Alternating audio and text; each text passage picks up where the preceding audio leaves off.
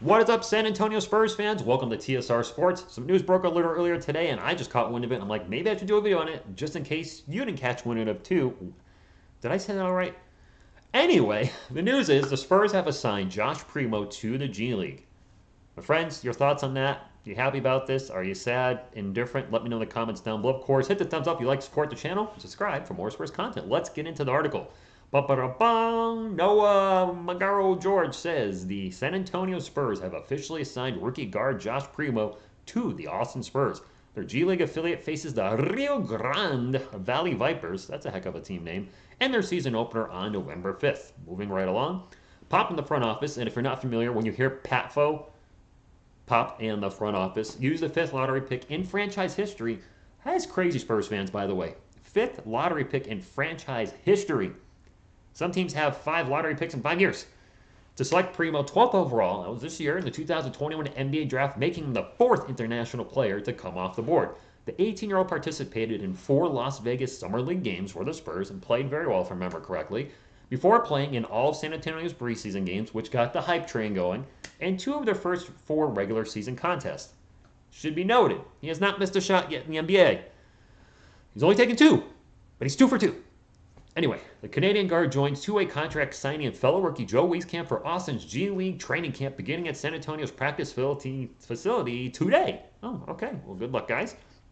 Austin's training camp roster brings back a few familiar faces from their stint in the G League bubble a year ago, including Caleb Johnson, Nate Renfro, Anthony Mathis, and Jalen Morris. Recent two-way contract acquisition Devontae Caycock is also part of the training camp roster, and he should provide Primo a reliable pick-and-roll partner throughout the G League season. Primo should benefit considerably from this G League assignment as he figures to inherit unlimited minutes, true, shots, and on ball reps that probably wouldn't have available for him in San Antonio. I'm going to circle back to that in just a moment. There's a possibility Primo doesn't spend his entire first go round with the Austin Spurs, but for now, this is the best place for him to get acclimated to the primary scoring and initiating responsibilities. And I agree with that. If he's not going to play, let's give him some minutes in Austin so he can hone his game. That being said, are there opportunities for the minutes right now at the San Antonio Spurs? Not right now, but maybe in a couple of weeks, possibility. I hate to bring this up, but we have to do it. Bryn Forbes right now is having a disastrous start to his season, and looking at his minutes played, I don't think the Spurs have a lot of confidence he can turn it around right now. He played a little over 3 minutes last night against the Lakers, took 2 shots, missed them both, and for the year, I think he's like 1 of 12. He's shooting .083, I believe. Whatever it is, he's shooting under 10% for the year, which you almost think they would go in just, the do theory, like one's got to go in, but he is in just a slump right now. Equate Britton's shooting overall to Keldon Johnson's three-point shooting. It's not going in. Keldon has not made a three-pointer this year. I wish he'd snap out of that. Anyway, with Bryn Forbes, I know a lot of Spurs fans are saying, bench him, let's give Josh all his minutes, da-da-da. Listen, we just signed Bryn to a contract and brought him back. They're not going to give up on him after 4 games. It's too early. That being said, if he continues to play the next 6 games, I'm giving him a 10-game window, exactly like he has the first 4, which is an offensive liability. You're not scoring, then you're not helping the team, but you're also, at times, a defensive liability. Now you're just hurting the team completely. And I hate saying that on Brim. I hope he succeeds. I hope he turns this around and says, shows us all, like, hey, I still got it. I can make the threes. I'm a shooter. I'm streaky. Start off the season slow, get back into form, and start draining those threes that the Spurs desperately need. I just mentioned Keldon Johnson missed all his threes. He's missed every three he's taken this year. I think he's taken 10-ish, something like that, double digits. Doug McDermott has been hot and cold and hot and cold. The team is just struggling, and it is a cesspool of yuck when it comes to from beyond the arc and actually from the free-point line, the free throw line at times. Don't get me started on that last night. Anyway, so if Bren is just struggling with beyond belief on Game 10, then I would bring Josh Primo up. I know he's only 18.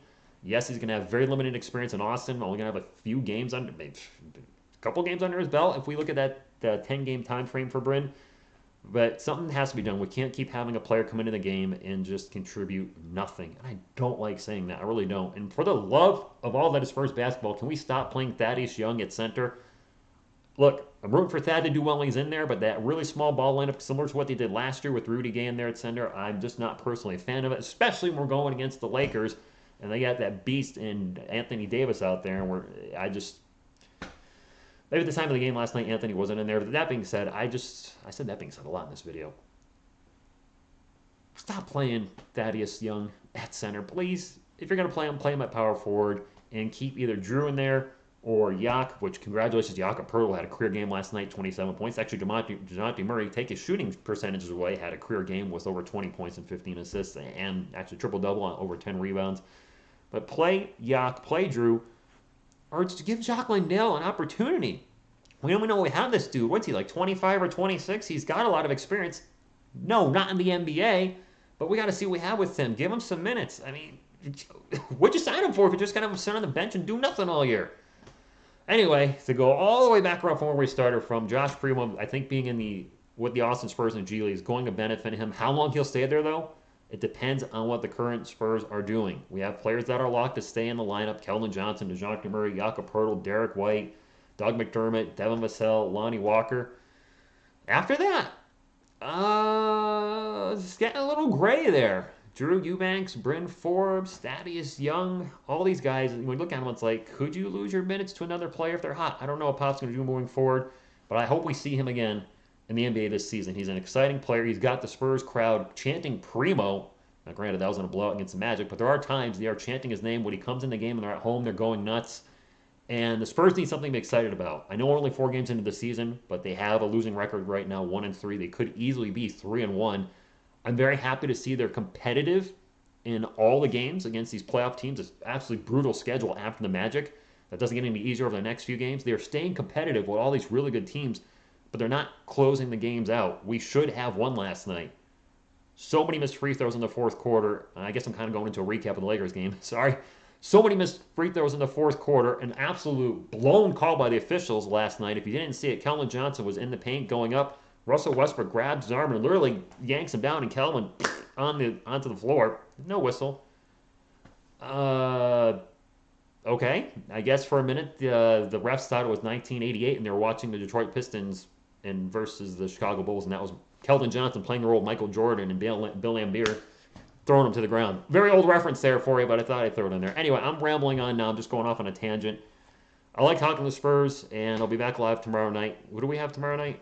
I don't remember. San Antonio Spurs are playing the Dallas Mavericks, and then we got the Bucks again on Saturday. So not getting any easier. Let's get some wins, guys. Thank you so much for tuning in, and as always, go Spurs, go!